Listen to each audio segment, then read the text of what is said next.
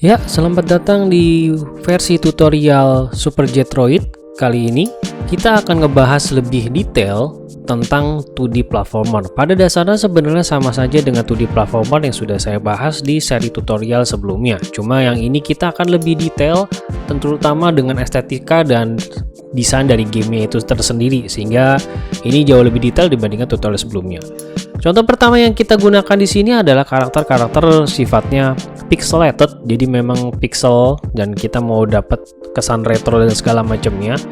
Di sini kita akan ngebandingin bahwa karakter ini kalau kita lihat propertiesnya, kita cek di sini. Nantinya tentunya sprite dari karakter ini saya berikan di deskripsi ya. Di sini kita lihat dulu settingan kalau kita mau lebih pixelnya lebih crisp, lebih kelihatan pixel, itu di sebagian settingan player sprite ini itu ada namanya filter mode bilinear yang secara defaultnya disetting seperti itu. Kalau untuk menggunakan bilinear kalau kita mau pixel art seperti ini itu kurang cocok karena kita lebih baik tanpa menggunakan filter sama sekali, yaitu point.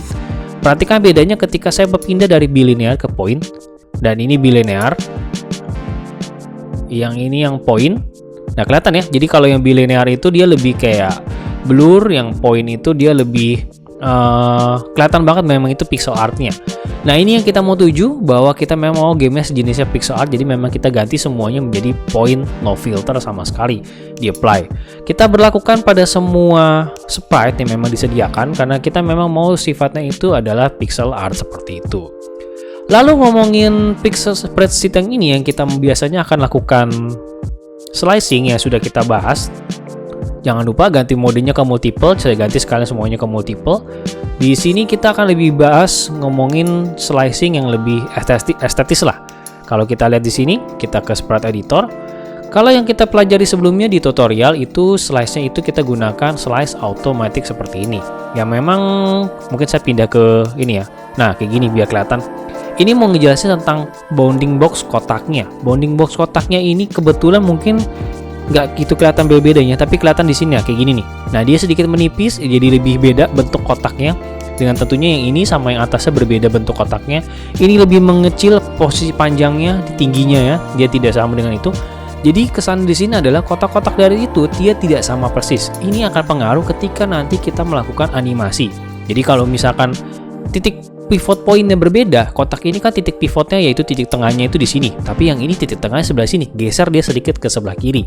Nantinya kalau kita animasikan dia kesannya kayak selain beranimasi dia akan geser-geser kayak gitu deh, jadinya mungkin kurang cocok. Nah ini memang mungkin nggak gitu kelihatan, tapi ini estetisnya lebih kelihatan kalau kita gunakannya itu bukan menggunakan slice-nya yang itu otomatis, tapi kita sesuaikan dengan ukuran dari si cell size-nya, yaitu kita mau berapa kali berapa XY-nya yang memang ini sudah di setting sedemikian rupa. Cell size itu artinya kita tentukan pixel size-nya berapa kali berapa, yaitu ukuran kotaknya sehingga semua sama. Di sini saya sudah mendapatkan angka 80 kali 80. Lalu kita tinggal slice, terus lalu apply.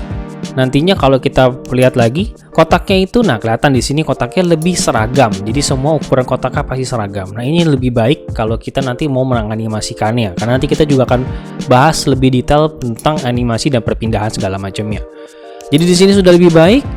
Saya sudah punya catatan untuk semua settingan slice-nya. Jadi kita akan lakukan slice ini satu-satu semuanya, berapa kali berapa dan segala macamnya itu bisa kalian lakukan juga sendiri. Jadi ini ukuran angkanya ya. Jadi misalnya kayak si blue slime ini berarti kan 80 juga ya. Nah ini kalian bisa pause video ini untuk bisa melakukan hal-hal sama ini pada yang berikutnya. Oke, saya lakukan terlebih dahulu. Ya oke, saya sudah selesai melakukannya dan ini sudah pecah semuanya. Tapi ini bagian sebelah sini ada bagian spike, namanya ini trim. Nah ini sedikit membedakan, kita mau fokus untuk ngomongin satu lagi fitur namanya trim yang di dalam sprite editor. Itu khusus yang spike ini. Jadi spike ini kita lakukannya bukan melakukan slicing, karena kita mau melakukan namanya trim. Trim itu sedikit berbeda karena kita akan lakukan memisahkan ini menjadi 3 objek berbeda. Jadi 4 objek berbeda, single, small, medium, large.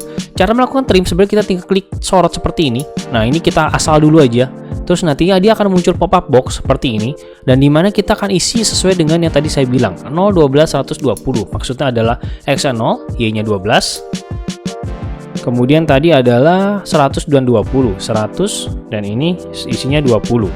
Nah ini ya kita lakukan namanya memberikan nama. Memberikan nama di sini kita kasih nama small. lalu kita apply.